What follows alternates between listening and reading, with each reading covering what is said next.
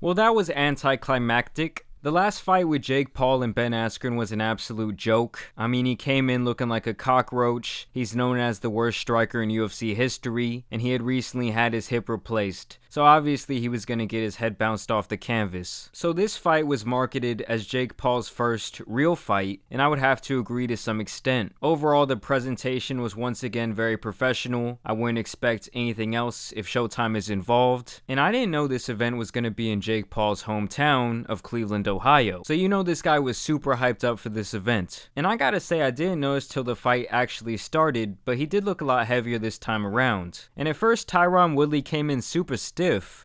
Pause. I mean, he was out there fighting like a damn rock'em sock'em robot. It was like he was flexing every muscle in his damn body. And I was just looking at this dude's tree trunk legs, just laughing at the idea of them ever stepping into the octagon together. Jake Paul, on the other hand, came in very smooth and confident. But as the rounds went by, I think Tyron Woodley realized that he probably would not get knocked out by one of these punches, so he started to loosen up. And then when he rocked Jake Paul in the 4th round, after not really doing anything in the first 3 rounds, and for the record, that should have been a knockdown due to the rope saving his ass, I'm telling you guys, if Tyron wanted to win this fight, he probably had to knock him out right there, because once I knew this was going to the judges, I knew they would not give him the nod. This guy just did not do enough in the first 3 rounds, but I'm sure he didn't want to get Nate Robinsoned. And once he rocked him, it was like a shark smelling blood in the water. Don't get me wrong, Jake had some good punches thrown in the mix too, but if he goes to the ground on that punch, I promise you we would have seen him knock Jake Paul out. The confidence and gaining the crowd, oh, it would have been over.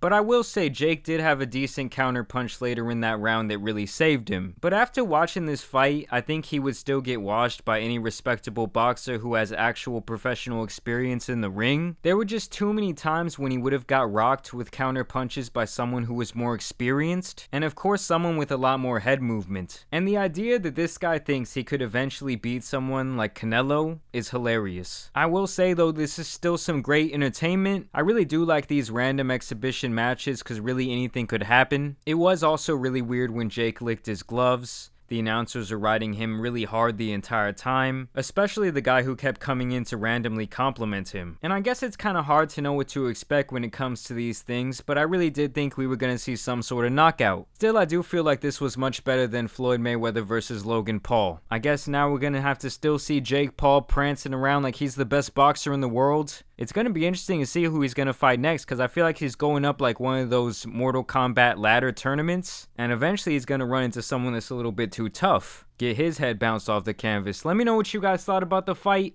Little quick late night upload. Y'all know this is what I do by now. I'm out. Peace!